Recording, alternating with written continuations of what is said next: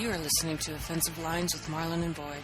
Small stakes NFL gambling for the average fan. Welcome to Offensive Lines, episode 5 of the off season. I'm Marlon. I'm Boyd. Better late than never. Indeed. Tonight, our main goal is to discuss a book called Spygate, the Untold Story of the Patriots Scandal. This was a book that, if you'd been paying attention to our site, Kindle offered it free. It's self-published, well-researched. Boyd disagrees with many of the conclusions. I agree with many of the conclusions. Well, let's just say the guy that wrote it is a right-wing Republican religious zealot. I don't deny that. And it clouds his judgment. And I also might... You see, that's an ad hominem attack, which is a logical fallacy. I'll just start right there. But yeah, it reads like an attack on Obama. That's just wrong. But... Well, it's conspiracy theory almost taken to 9/11 truth or proportions. I don't know. Well, because he'll make an argument and contradict it right after. So that was my biggest problem with it. Fair but we'll enough. Get into I that. mean, it's not perfect. We're doing this on the eve of the NFL draft. So if you, unlike me, have any knowledge of college football, tomorrow might be an exciting day. Okay. I will tell you my knowledge of the draft. The Titans are picking 10th. That's about it. I haven't followed. Usually I followed a little closer than this, but my favorite hockey team clinched a playoff spot for the first time in 6 years, and I've been fully engrossed in hockey for, well, pretty much the whole season. So the football is kind of taken on the draft side anyway.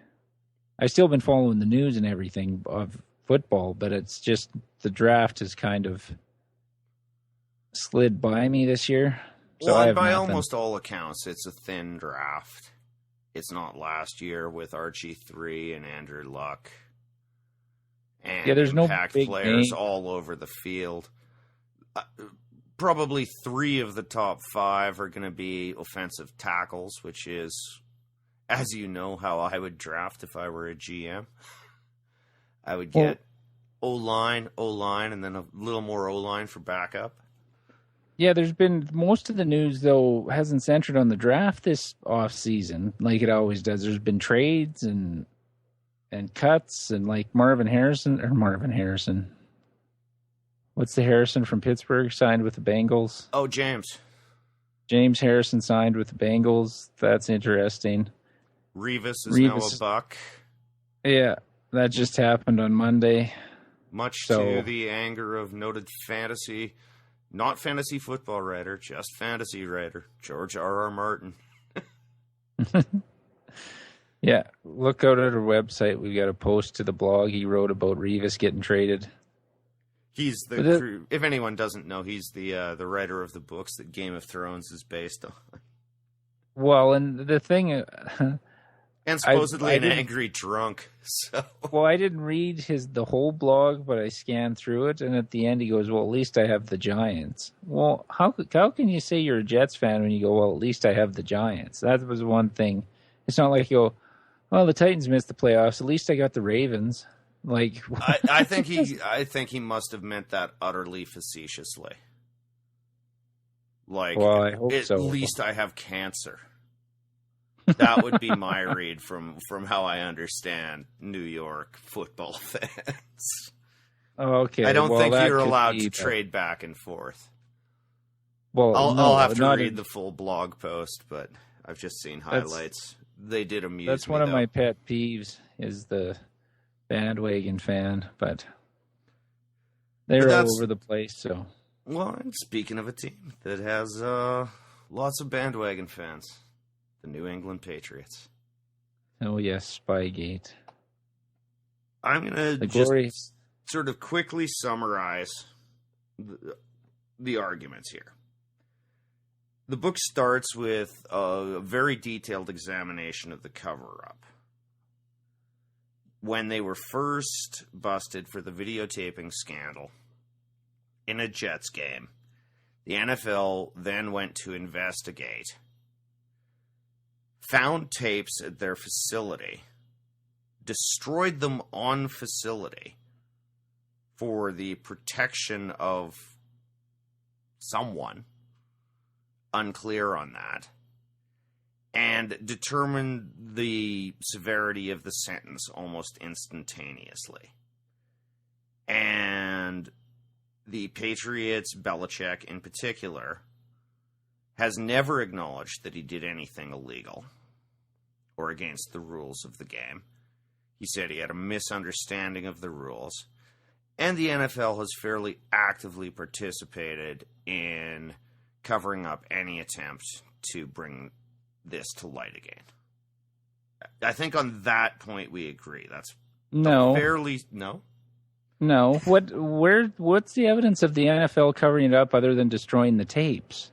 Who else has tried to bring it to the light of day? The interviews with the actual videotaper, the employee of the Patriots, many journalists wished to speak to him, and the NFL legal crew would not let them because it would interfere with their own ongoing investigation.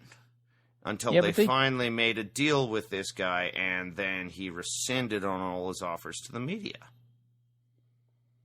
Well, isn't that his right? It's his right, but doesn't it look like a cover-up? Well, it's like in any conspiracy. How many people are involved that are going to stay silent? Like, you've got all the owners staying silent. You got everybody that worked in New England has never said a thing. Except Josh and McDaniels. Some of them... But he never said... He said it to his coaches in Denver. He never said it publicly. Nobody's gone on the record and said anything. Well, because they all have something. Even to Mangini. No, Mangini's not coaching. He's never said anything publicly after that. Well, he said they were doing it when he was there, and that's how he knew who and what to look for. No, I know, but he's never gone on the record after the fact to say it was covered up. Nobody's come out and said they're covering up. They're still cheating. They didn't tell the whole story. Now, for the first point you brought up, that they destroyed the tapes on site, they're protecting the brand. Once you know what they've done... Which is the nature of a conspiracy and a cover-up. No, they're protecting the brand. So once you know what's on one tape, does it need to go out to the public? Do we deserve to see everything? No, but it would be interesting to know the full volume of tapes. How many? All we have is their statement that there was no library of tapes, there was no nothing. That sounds ridiculous. If you do this sort of thing, you amass the evidence of it. Yeah, but a tape you used in 2007, the signals are going to change to 2008. Like, if anybody's ever played baseball, you had hand signals and third base coaches giving you signals for what type of play you wanted to run. If you wanted to bunt, hit and run, steal a base, squeeze play, whatever. You had different sets of signals. Now, there was games you would play against certain teams where you knew they'd figured out you'd change your signals. So you don't think the NFL teams with all their hand signals and gestures and everything change it up? I'm sure that's why there's no library of tapes, because it would only do you well with that one game. And if the Patriots were truly as good at it as what he's claiming, then they would have destroyed the tapes themselves. Well, yes, once they wouldn't have kept a library of evidence. Yes. So if they only found 7 or 8 tapes, why do you which I think is what the NFL said. Why do you destroy the evidence prior? Well, why shouldn't we know everything? People are gambling on this. They're antitrust. They have antitrust exemption. We have no right to anything. They run as a monopoly, untouched by any normal law. Like, the government can't touch them. Can't do anything. Can't legislate against them. Can't do anything. So why are we it's like a private business versus a company that's gone public on the stock exchange. We have no right to know what their books look like. But if you're a publicly traded company, we do. It's the same thing. They're individual business owners operating as a conglomerate. Okay, so then why was the evidence released in the Bountygate scandal? Because that doesn't affect gambling. Okay, thank you. No, but it... Which is what I'm trying to say, is they are trying to protect, because what they found proved that what they were doing actually could or did have an influence on the outcome of games. Yes, could have. And that's not just a merry impulse. That's... Yeah, but there's no proof that... Okay. When you go through the book, he lists certain examples of games, but when you go through the records, there's games he cited that they lost. So what was the impact of it? What's the impact of them cheating? Well, coaches coach really hard, and some games they lose. What's the impact of good coaching? That's completely... No, it's not. It's not the same thing. If his argument is that their cheating led to all the success that they've had. No. Well, if that's true, if the cheating I don't was think that, that's his argument at all. His argument is that their cheating gave them a substantial advantage that was available to no other team in the league. Nothing is infallible. Your argument is that if the cheating doesn't work every time, it's of no value. His logic was he threw away all the teams that had great home regular seasons, like Denver, in a throwaway line. It was like 2 lines. Well, they have home field advantage because of the altitude. That was the only other team that had anything statistically close. What about the Niners? The teams in the 80s and 90s that won all those fucking games. The Steelers in the 70s that won 4 Super Bowls. Were they what? It's just fluke? The Patriots were just fluke? His argument was, well, they didn't have the talent, and look at what the coaches did when they went somewhere else. Well, those coaches that went to other places didn't have Tom Brady. And that was the other biggest flaw in his argument, that just because Brady was a 6th-round pick, he couldn't be this good without cheating. I'm in 100% agreement with you on the 2 aspects of the Brady argument. That we'll agree on. Because he goes into great detail on Brady about the scouting reports coming out of college and blah, blah, fucking blah, all his negatives. Yeah, no, those are valueless to the argument, and I paid them little heed. I'm not in disagreement with you about that. Because he said that about Brady, that, a second-year quarterback winning the Super Bowl. Well, one, Brady went to a big-time college in Michigan, played in big games in front of big crowds. And so what if he was drafted in nobody makes mistakes? No, and I'm not in disagreement. So no, I know, but I'm not arguing with you. I'm just making this point for what the overall picture of the book. Because one of his arguments was that the proof that the cheating worked was Matt Castle going 11-5. But in the next breath, he says, they just kept right on rolling when Brady got hurt in the playoffs. And Bledsoe had to come in against Pittsburgh, and they still won. Well, Bledsoe was the quarterback before they had to throw in the 6th-round draft pick. So you can't make that argument and then discount it 3 pages later. It was stuff like that took away from his argument. Because he makes valid points throughout the book, but then I would read 10 pages down the line, and he would almost discredit his own point. That was the biggest problem I had in the book. He would make a point and then go, but look at this thing that proves another point, but it disproves the other point I just made. Because you can't have Castle one way and say Brady's a fluke, and if they weren't cheating, he'd be no good. And then say, Bledsoe just came in, and he was a $100 million quarterback. So how come Brady's better than a $100 million quarterback? It must be the cheating. But then Bledsoe comes back in, and they didn't miss a beat. So it proves the cheating's... Bledsoe was a starter who got beat out for a position by someone that came in, and they weren't sure what they had. Truly beat out. He took internal injuries. No, I know, but they weren't sure what they had. He wasn't beat out by Brady. I mean, this has nothing to do with the argument, but he wasn't beat out by Brady. He got hit on the sidelines, and he had internal injuries. Once Brady got a chance to play and proved himself, Bledsoe wasn't getting his job back. If Brady would have sucked, Bledsoe would have got his job back. It wasn't like he just took over because of injury. You still have to play well. So he took over absolutely. For and I remember the second game, I believe, Brady's career when he whooped the Chargers. And he frightened me. But I've already conceded that I believe the Brady portions of his argument are invalid. So this does not invalidate everything he says. I mean, this is the Republican strategy.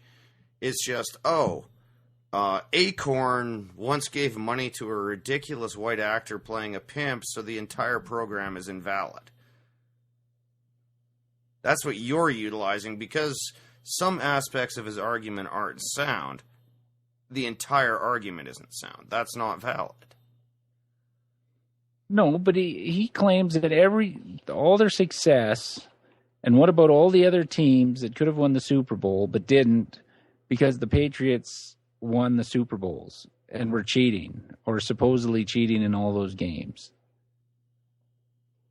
So he's basically saying the last 10 years of the Patriots should be wiped off the board, and none of the accomplishments that they've made hold any value because of Spygate. And he still claims they're cheating. Well, I think there's a valid argument for that. That's one of the more impressive things. Well, how do they win on the road? It's because their home record versus their away record is substantially better. Yes, and they're not videotaping on the road. But again, what is to stop them from videotaping at home? They're not changing radio frequencies on the road. They have no control over any of that. You look at any team in the NFL, for the most part, their home record is better than their away record. No? Is that a fallacy? It's like numbers can speak any way you want them to speak and however you want them interpreted. But if you go through the teams, how many teams go 7-1 on the road and 4-4 at home? It's usually the other way around. When a team finishes 11-5, they'll be 7-1 at home and 4-4 on the road. Okay, and I will bring up once again the Josh McDaniels quote to his coaches that his videotaping in Denver, which was far after this was all supposedly abolished, he tried to defend it that this isn't like it is in New England where it's coached and part of the system. But how does that prove that they're still doing it? Well, because he was only 2 years removed from the team at that point. And was still doing it. He was still doing it, yes. Yeah, okay, so in Denver. He did it because he'd been caught doing it in New England, stopped doing it there, and then went to Denver and started redoing it because it was not successful for New England? Well, did he not start 6-0 and then go in the toilet? There's not desperation set in? And maybe it was like the last grasp of a desperate man to try and cheat again? Because he saw that it worked when he was in New England till they got caught? Okay, so it worked in New England, is what you just said. But I thought it didn't affect things. No, I didn't say that. His argument was that it affected every game and that everything should be invalidated, and everything after Spygate, he still put the cloud of suspicion on them for still cheating. No, they cheated. There's no denying that. But he's making it sound out that Brady would have never been able to read a defense unless they cheated, or that his talent was lower level without the cheating. Well, if the cheating is effective, it's going to affect people and make them appear better than they are, if the cheating is at all effective. So you think the only team in the NFL to steal signals is the Patriots? And that's a ridiculous argument. No, it's so not. because everyone No, he never brought up the does point. it. No. That point was at least brought up during Bountygate, that other teams did it or were accused of doing that same thing. Nobody and that ever was the mentioned general that. reaction to Spygate. No, Almost everyone said, no. "Oh, people were bringing up the great old Al Davis. I just want my fair advantage." Still a great quote. And they were saying every coach is doing it. They just got caught. Well, they do it. They may not videotape, but they're trying to steal the signals. But the Patriots got caught, refused to admit that they'd done anything wrong. No, Belichick refused to admit he did anything wrong. Okay, so why would he stop Kraft that? Kraft got up in front of the owners and apologized. Paid the fines, lost the draft choices, and this guy still claims that their success is still based after the fact of them getting caught. That they're still cheating with no proof that they're still cheating other than the record. Yeah, and that is weak. No proof. But why, if Belichick believes it was a misinterpretation and he thinks it's perfectly valid because everyone else does it, why would he stop? And why would a coach who continued on with him then go to Denver and in an attempt to recover a winning record, why would that be his go-to move? Because he was desperate. But he was desperate and he saw what worked for New England. Yes, what worked? It film work? Was it... No, but what had worked in the past, not what was working for them. I'm saying my claim is that he was going back to what he'd done before. Because if New England, if it was that good, if the cheating helped them that much, and they have arguably one of the greatest quarterbacks to ever live, how are they losing Super Bowls if they know what the defense is calling against the Giants twice? Because in a Super Bowl situation, you could not videotape in-game and have any chance of getting away with it. And Tom Coughlin is a paranoid, old-school motherfucker, and there would be absolutely no signals that they could use. I almost guarantee the Giants changed their entire signals before those Super Bowls. Well, if you want to take it to the full conspiracy level, what was stopping the Patriots from taping from the stands at games, Giants games, or any team that was playing in the playoffs? I could hire 8 grad assistants or student coaches, guys from just out of college, to go videotape games. That's where a criminal conspiracy gets bad. The more you involve. Well, that's what I'm saying. How are there this many people in the org? Players, coaches, owners, the league. Well, they have guys on the sidelines. The videotaper in the Denver thing, his dad is the O-line coach of the Patriots.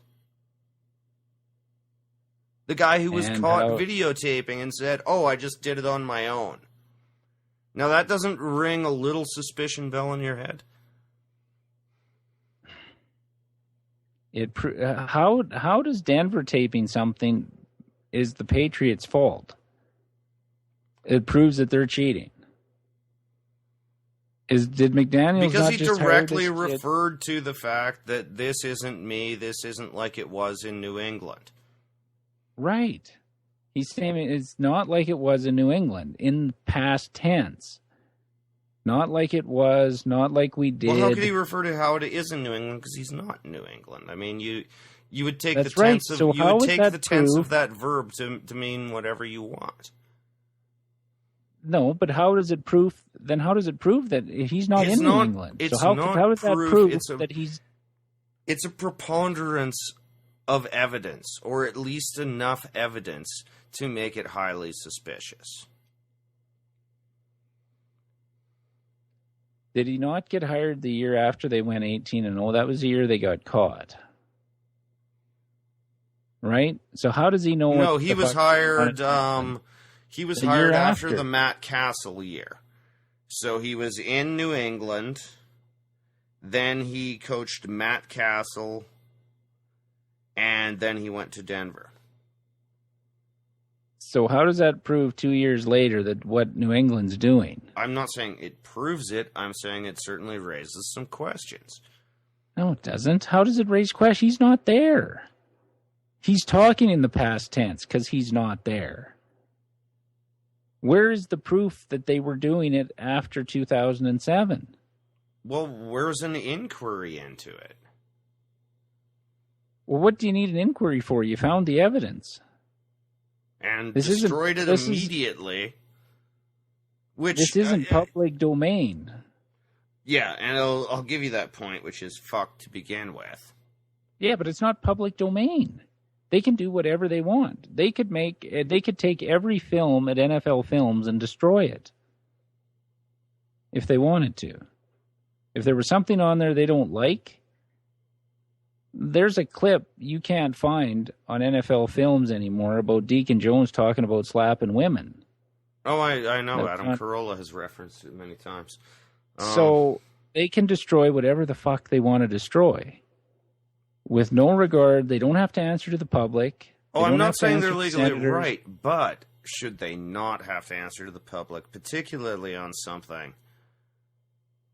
I mean, you asked about the cover-up, and you say, you know, they were protecting the brand, like that excuses it. The fact is they all dropped into line to not dispute. Even the losing teams didn't care because they knew that winning and losing football games means fuck all in the broad scheme of billions of dollars. Yeah, but realistically, how many teams had a shot to win the Super Bowl in those years? 2? 3? Every year it's a handful. Oh, by the way, I think the Patriots cheated against the Rams, but not in this way. All they did was they just mugged Marshall Faulk off the line on every play and never took a flag for it. Well, they did the same thing against Indy. Was that cheating? They just hammered Marvin Harrison and Reggie Wayne off the line. Was that cheating? With Faulk, he was 11 yards up the field and he had a guy draped on his back. And so I do not believe they beat the Rams by cheating in a Spygate sense. I beat them by understanding what playoff rules would be like. Well, and how to minimize that offense. Well, look at what New Orleans did to Peyton Manning in the Super Bowl. Made that pick on that 4th down play for a touchdown. Did they cheat? Or did they just know what play he was going to run? Because that's what they go to when they need a 1st down. That's a lot different than knowing the personnel and the grouping. And you know it is, too, because otherwise a quarterback would never is every play under suspicion that the defense makes in New England? They had no talent? There's one thing about film work. There's another thing about knowing the personnel and grouping on the field with time to get that information to the quarterback. But it's wildly different because a quarterback, when he audibles, that's generally what he's reacting to. How did they lose a game then? These other teams were just so great and superior. They had such an amazing receiving core like Deion Branch and Rashawn Caldwell, or not Rashawn, Andre Caldwell. They, how did they know? Well, exactly who was going to be single coverage of their incredibly mediocre receivers? Well, did Joe Montana cheat? Did Dan Marino cheat? Jerry Rice and Taylor. No, but how did he know where they were going to be open if he wasn't cheating? Okay, so you're saying Deion Branch was Jerry Rice? No. Because better players mean the Niners were just, at all levels of that team, were better than everyone else. And the Patriots... so when they had Randy Moss and Wes Welker, they weren't 2 of the best receivers in the NFL that year? They didn't win the Super Bowl. No. Because Montana didn't win the Super Bowl every year either. Did Montana win the? No, my argument was, how do these quarterbacks know who to throw to? Because he's saying he basically knew where the open guy was going to be every play. No, he knew where the single covered guy was going to be every way. Yeah, but how did my point is how did other quarterbacks that succeeded in the NFL fucking know where an open receiver was going to be? They're all just dummies that are lucky? No, that's their Brady job was cheating. to do that. But if you have extra information, it makes your job easier. Right? It's not like no one's ever going to do it, but the more information... Okay, there's a handful of quarterbacks that have put up Brady-type numbers. And Brady hasn't even touched some of the numbers other guys have put up. I don't want to make this about Brady, because I think he is as good as you say he is. No, but Marlon, when it comes down to, is he's saying he was getting messages into his helmet after the 15-second cutoff. Even before, if you know from the signals what group is going out there, and that can be processed through, yes, that's a huge advantage right there. Yes, but it doesn't explain all the other great quarterbacks. So you're basically throwing away everything Brady's ever done based on that fact. That he never had to make a decision, that he was smart enough to process stuff coming into his ear while he's standing at the line of scrimmage, and still be able to concentrate enough to know where he was going to throw the ball. Like I don't understand how like I don't understand why we're back to this point that I've already conceded. No, but it comes down to the fact of knowing what was going to happen, and that the shitty receivers. Okay, then why did they do it? I think we've agreed they did it. No, but this comes down to the whole team. Philadelphia went to 5 NFC championship games with Donovan fucking McNabb and no running game, and fucking Fred X as a fucking receiver. That's what I'm arguing, is that all this shit that he makes arguments for, I can find another 3 teams that did the same fucking thing with inferior talent. But those 3 teams weren't caught cheating. No, my point is, were they? Donovan McNabb, a fucking Hall of Fame quarterback? They weren't. No. Those other teams were not caught cheating. How does cheating, with an organized cheating thing that is being established, why would they cheat if it had no effect? And how does that cheating not sully the reputation of that team? Yes, but after 2007, he's saying they're still cheating. That's my argument. I'm not saying it didn't help them before that, but after that, the numbers Brady's put up, he's called into question too. So that dismisses every other good quarterback that ever played the fucking game, to me. Because obviously Brady's not smart enough, or he had no talent around him. It's just cheating that got him those numbers. Okay, that's what this guy is saying. That honestly wasn't even the message I got from this book. Well, he made a full fucking chapter on Brady being a 6th-round draft pick. And the scouting reports and everything else. Every aspect of something does not have to be correct. That him being completely fucked in the ass on that point does not mean that his other points do not have some validity. To me, it does, because what's the most important position on the field? Quarterback. Is that not true? That's true. So his argument that Brady's success is based on cheating is the main, to me, is the biggest point in the book. He's the biggest factor in their Super Bowl wins. I thought the biggest factor was that they had a system of cheating which has produced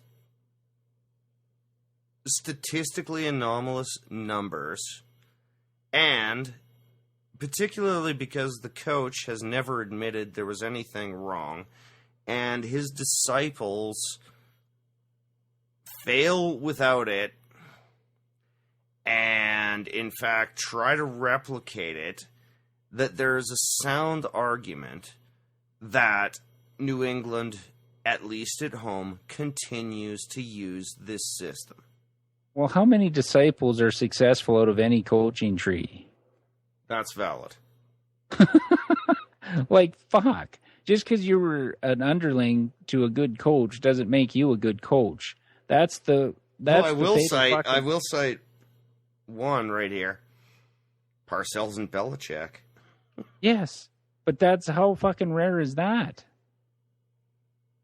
Who else has done it? What do you got? Walsh, Reed, Gruden. Yeah, 1 Super Bowl. Holmgren, 2 Super Bowls.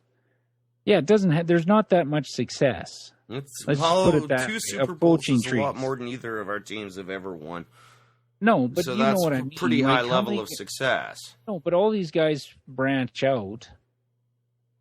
Nick Saban was a Belichick guy. What did he do in the NFL? Fuck all. Quit. Won national championships in college. You can go down the list. There's about 80% more failures from coaching trees than successes. They just like to focus on the fucking successes. How many guys came out from under Marty Schottenheimer? He was a pretty good coach. They've never won fuck all. Neither did he. No, but he was. Well, look at his record. What about what's his nuts? Joe Gibbs. How many guys coached under him and went on to do anything? What about the guys under Cowher that have gone on to do fuck all? Like, a great coach doesn't mean his assistants are great. No, but when one of them's go-to move in desperation is to start videotaping, that doesn't set off any warnings to you that he associates that program of videotaping with success.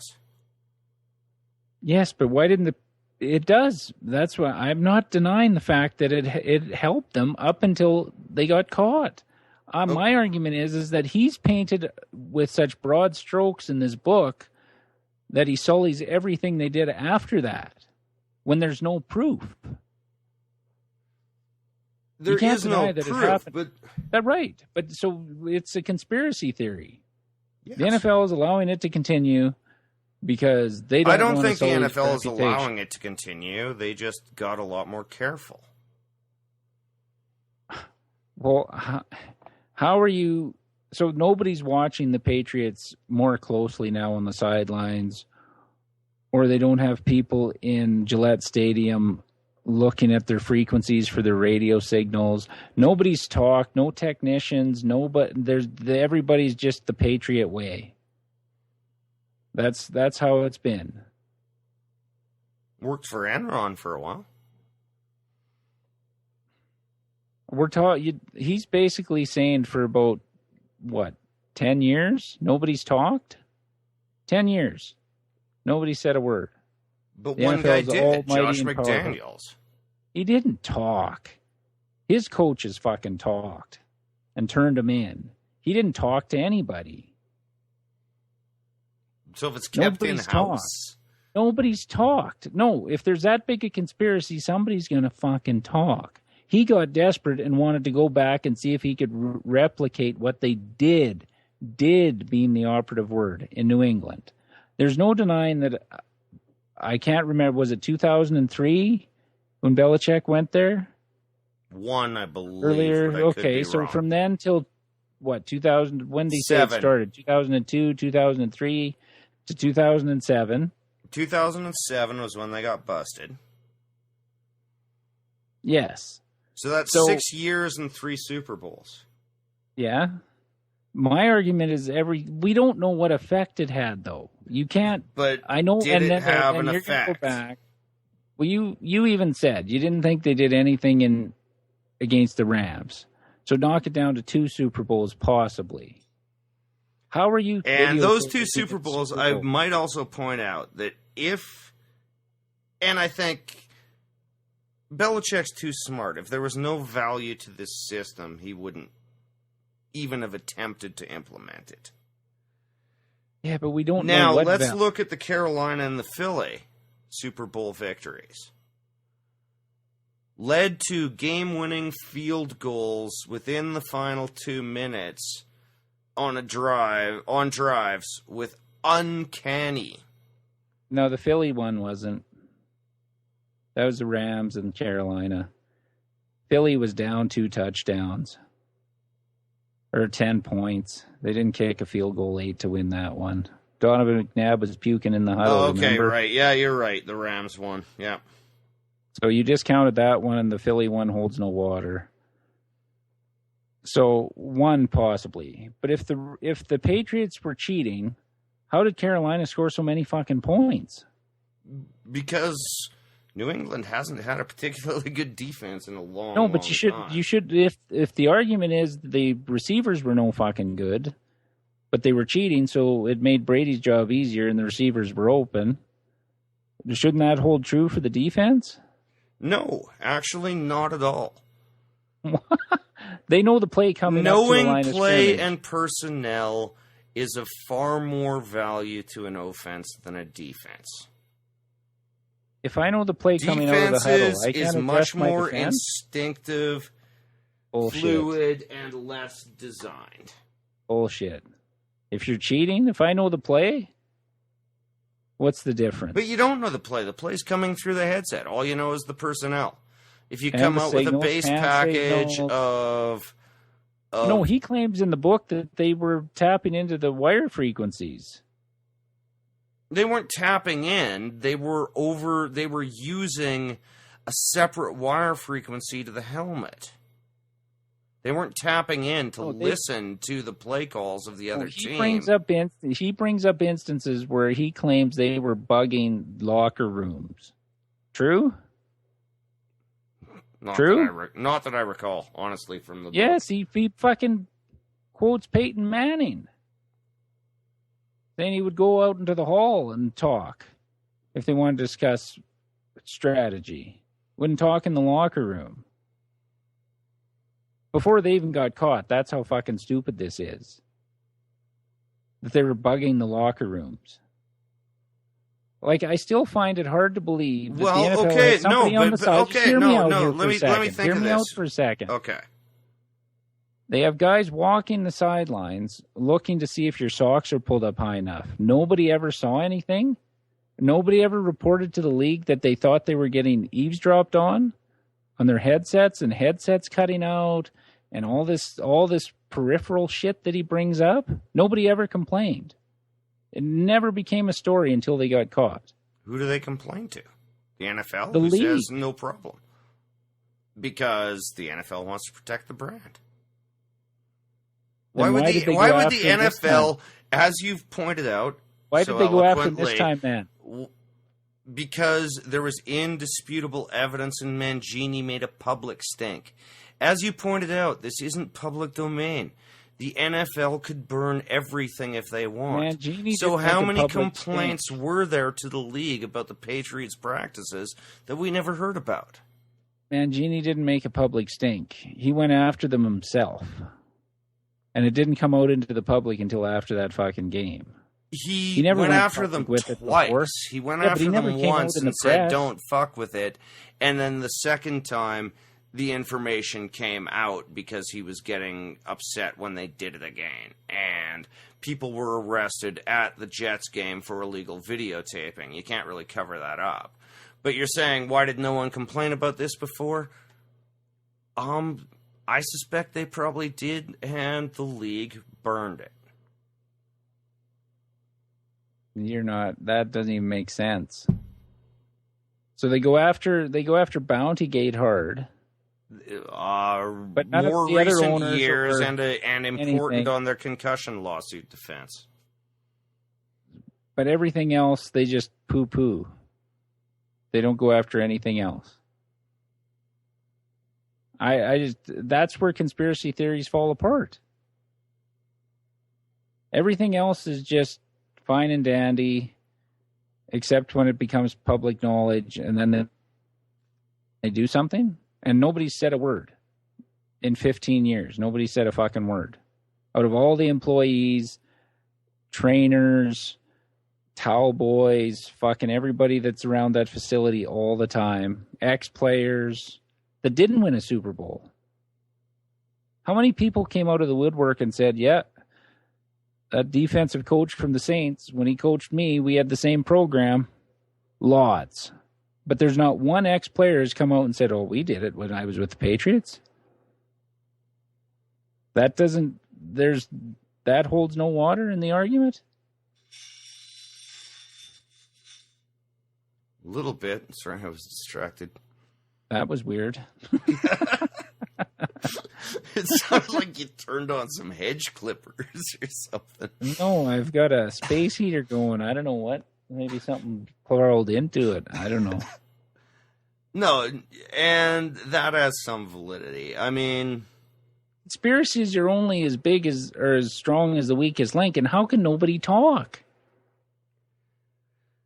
Well, with this kind of conspiracy, Peyton, we walked out into the alleyway, but he's making $18 million this year. No, but he doesn't want to shit on the fucking brand. No, but the players that didn't. The average career in the NFL is 3.5 years. And a lot of those guys everybody talks about the $18 million a year guy. Nobody talks about the $700,000 a year guy. But there's a lot of chills going on there too. How much money could you make if you came out with a tell-all book that detailed the fucking Patriots still cheating? Any expatriates listening? No, I'm serious. No, and that's fair. I mean, I think where we've gotten to here, and we got to wrap this up soon. Pardon? No, they'll throw their teammates under the bus to get a reality show nowadays. They're not going to write a tell-all book when they get cut by fucking Belichick. If the cheating was that rampant... Who knows what non-disclosures they're under? They don't have non-disclosures. Fuck. How do you know that? They bring these guys in that just get cut from other teams so they can get an idea on their playbook. So don't tell me about non-disclosure agreements. This type of shit and trying to get an advantage this way has been going on forever. They've been going on forever. No, but it's going on forever. Like everybody thought when the Jets cut Danny Woodhead and the Patriots picked him up the week before they played him, that they wanted to get an idea of what the Jets were doing. And how often does that happen? The guy gets, and they thought they were going to cut him the week after, and he's still playing for them. But how many times does it happen? A guy gets cut. Actually, he's the a Charger 54th guy. But did he sign with the Chargers? Yeah. Oh, so he's going to get hurt next year. Yeah, or be ineffective. And that has nothing to do with the fact that when he was pretty good when he played with the Patriots. It's just now. Here's another point I wanted to make about going back to the Patriots-Rams Super Bowl. Did the Titans cheat against them? They only gave up 23 points in the Super Bowl. And the winning touchdown was with 2 minutes left. Oh, I already said, you know how I think the Patriots cheated, which wasn't really cheating. They just didn't get flagged. No, I know, but this is all stuff from the book. Like, there were allegations of them taping the pregame or the walkthrough of the Rams and all that shit. Well, did the Titans do it? Like, you can't explain away all these other performances because the Patriots cheated. No, but they were cheating at the time. And... allegedly. No, admittedly, and they've been punished for it. Yeah, but we don't know what games they taped, when they cheated. I don't think they cheated in that Super Bowl. Okay, a culture of cheating has to carry a negative aspersion. So you're saying at no point can you logically deduce that they are doing this unless you actually catch Belichick masturbating to game signal footage. Well, I don't know how you prove it. I don't. There's Marlon. They still talk about the 54 Giants in baseball stealing signs in center field with binoculars. Bobby Shaw heard round the world. The home run. The Giants win the pennant. It's part of fucking lore. Every team is trying to get every fucking advantage. Well, and this will probably be part of lore, like Al Davis and the Raiders and their cheating ways. But there's no proof of what it benefited them. But this guy tries to make the argument. Except they kept doing it and invested. Yes, but they still try and steal signals in baseball.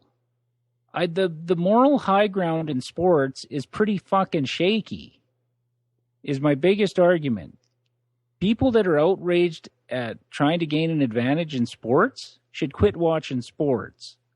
Guys spray fucking Pam on their jerseys. They pat down the offensive and defensive linemen to make sure they don't have fucking Vaseline or Pam or some other silicone type spray on their jerseys.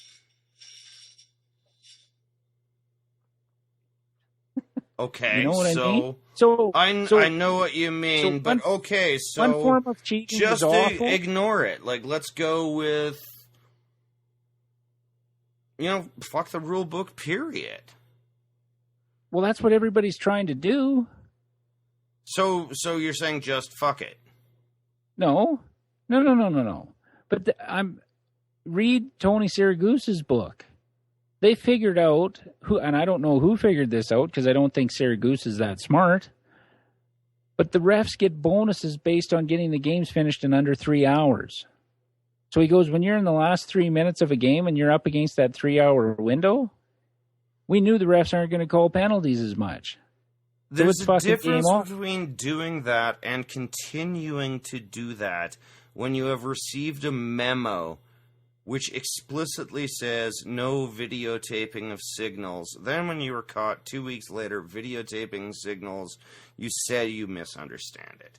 There's a difference between, oh, this guy's tired and he wants to get home to his wife, so he's less likely. No, it's not tired of bonuses. It's money. Oh, I know, money. But one is manipulation and psychology, and one is a flagrant violation of what you have just been told not to do. No, but it's the point. The argument is, did it give them advantage to win games? His argument was, yes, it does.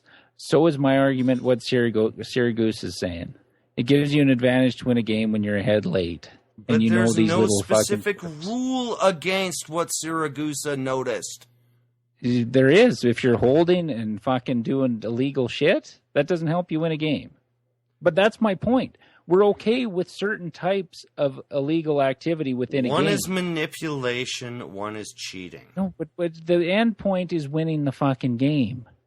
That was your argument, the integrity of the game and the betting public, and the public should know. Well, if there's all this other illegal shit going on during the course of a game that is let go, that affects it just as much. It's all about the outcome.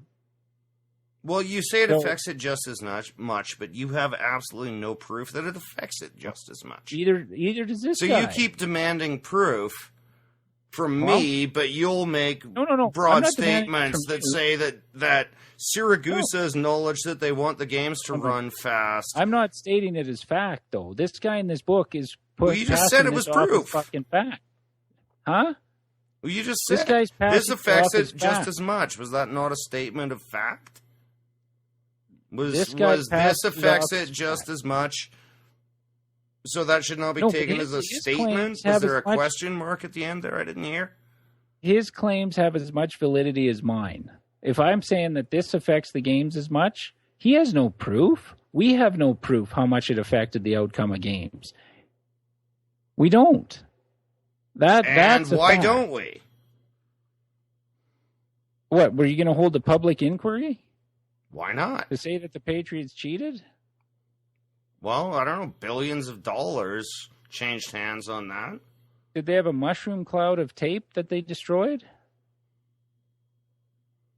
When they say 7 or 8 tapes? And I can't help but go back to just the fact that there's nobody talking. That the NFL has that ironclad grip on everybody that's ever come in contact with the New England Patriots organization from the inside, or that Belichick does? I don't know. Did he cheat in Cleveland and they just didn't have the talent? Can we go that far back?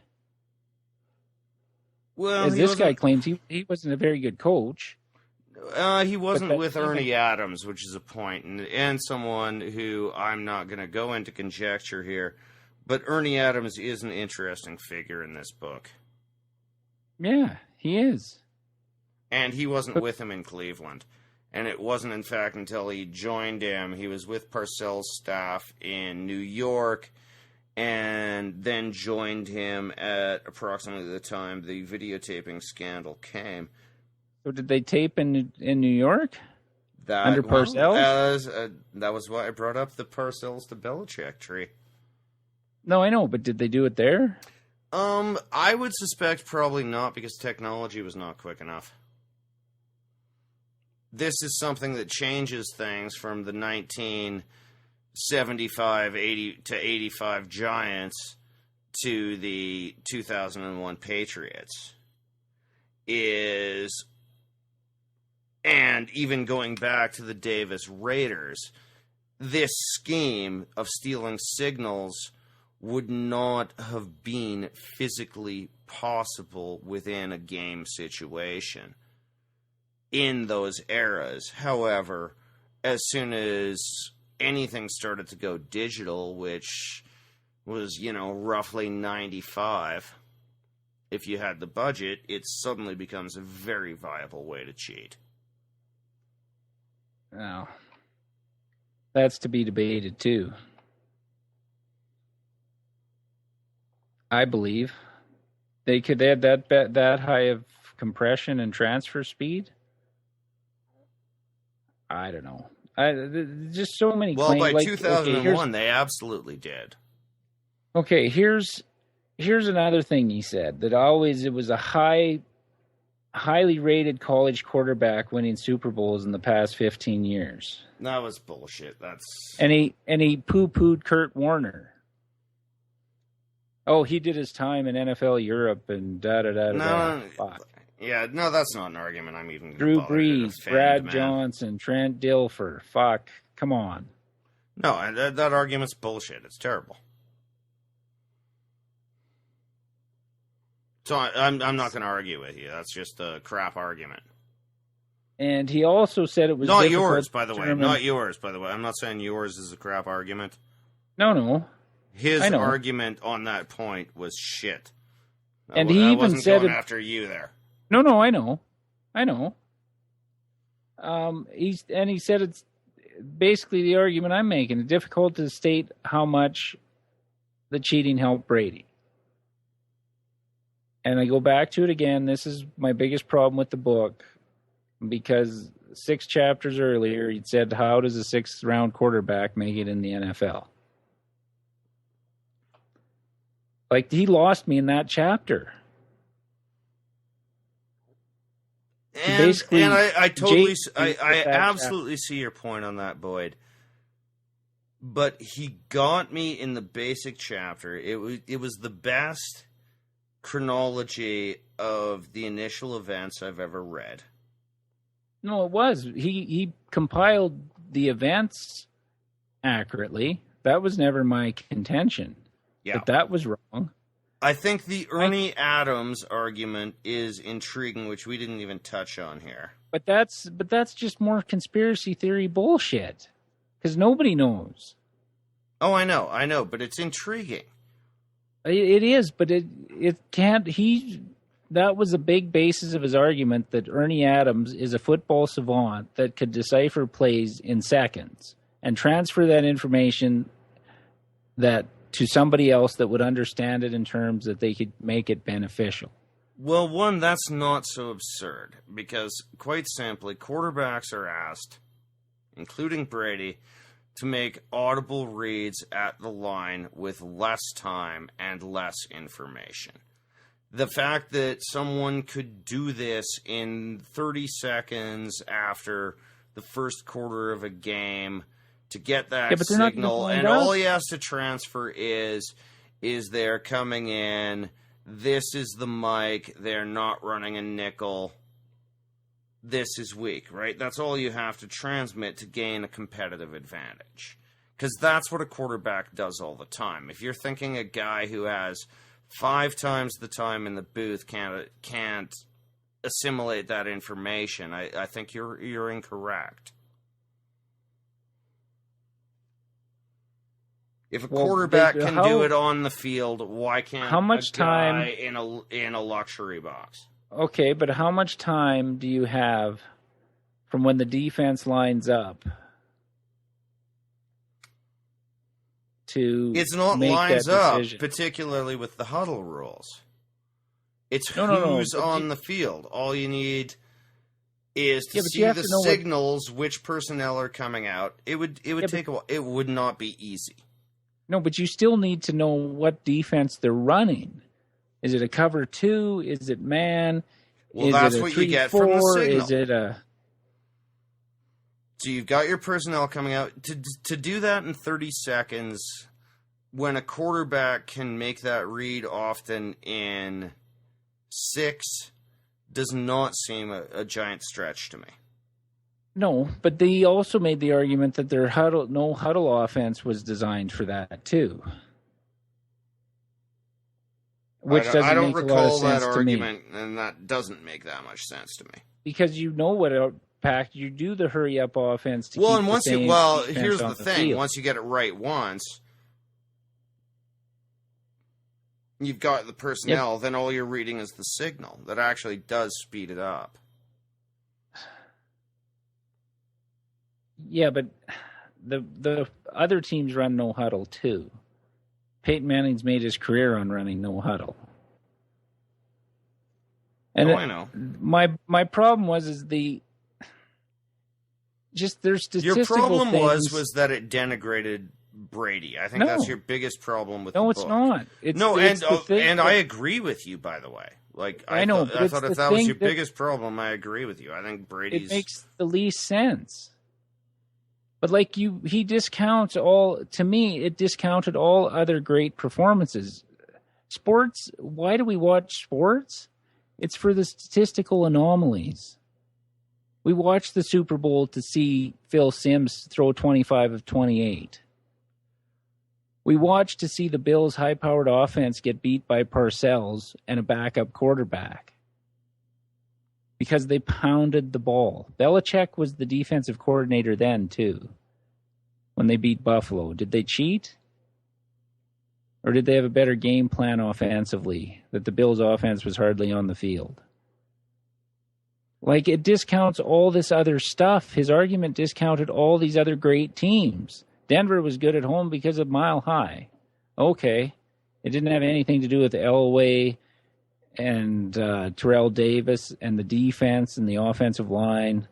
It was just that. Or the Niners in the 80s that were so great. Or the Steelers in the 70s. Well, he didn't say anything about the Niners or the Steelers. No, but he did make that fallacious argument about Denver, semi-fallacious, though it is an advantage and has kind of been proven. It's not as much now. It's not so much now. Even then, I don't think conditioning techniques are far better. But how do you explain the success of all the other teams? I know he didn't make that argument. You seem to think. Okay, I think our difference in this, and we gotta come to the end of this here. But when you have other great teams that put up numbers similar, you look just at their home record, not overall records or success. So when you have other teams win 4 Super Bowls in 6 years like the Steelers did, were they cheating? Or is there statistical anomalies in sports throughout time? You see, you're maybe taking that far. Let's both do one summary. I'll go here. Okay. And you can rebut me. I think it's intriguing. I agree with many of the things you've said. I do not take it backwards to invalidate every other winning team. However, I will point out that in the period primarily discussed in this book, when cheating was proven to occur and the team was actually punished for it, they were in fact far more successful than they have been before or since. The culture of cheating, the potential of this, I think is intriguing. Does it invalidate their Super Bowls? No. But it should be remembered when people think of those Super Bowls that this was the team that was publicly sanctioned for cheating just after their period of greatest success. Well, it will always be remembered. There's going to be an asterisk beside their Super Bowls forever. It'll be brought up. Now, Belichick not admitting to cheating, he's never admitted to anything. Like the whole argument with Belichick about not being very personable and media friendly and all this stuff that he made in the book proves that, like saying he wasn't a motivational coach. Well, I don't take that when you're standing in front of a podium in front of the press. Parcells was the same way, and he learned from that. And he handles the press like Parcells did. Maybe not with the same bit of sarcastic humor, but he's basically doing his own version of Parcells. So I throw that argument out. I know you don't like me trying to take historical look at teams, but his arguments were based on statistics of the Patriots and their winning seasons. And one thing we never touched on was when you look at the AFC at the time the Patriots were dominating, their division was horseshit. That was 6 wins a year they got without even worrying. That was half their home games were against shit teams. I've made my argument enough. I think people know how I feel about it. He made some interesting points that made me think. But overall, he seemed to contradict most of those points at some other part of the book. And I know the Patriots cheated. What we'll never know, and what I can't speculate on or refuse to, is what advantage it gave them. Because we don't know. And the fact that nobody else has talked, nobody's come forward with more evidence, not one. Ex-coach, disgruntled employee, disgruntled player, because he cuts guys left and right. I don't know what the book proved. It was a great timeline of what happened. But I could write the same book with a different opinion on it. And that's all it was. His was an opinion book with a chronological timeline of the facts. And that's what I took out of it. It was interesting to read again because you forget about a bunch of stuff. But I'd read about Ernie Adams before. Hadn't you? Very, very Hello? little. Very, very little. So, I don't know. I guess we'll agree to disagree on this one. But he stretched a lot in this book to make his points to me. At points, I utterly agree. And that's where I'll leave it, because I could argue on this for another 6 hours on stuff we didn't even get to. I know. Hope you had fun, 4 Boyd. pages I had of a notes. really good time with that. Me too. It raises a lot of interesting questions, but there's none that can be proven.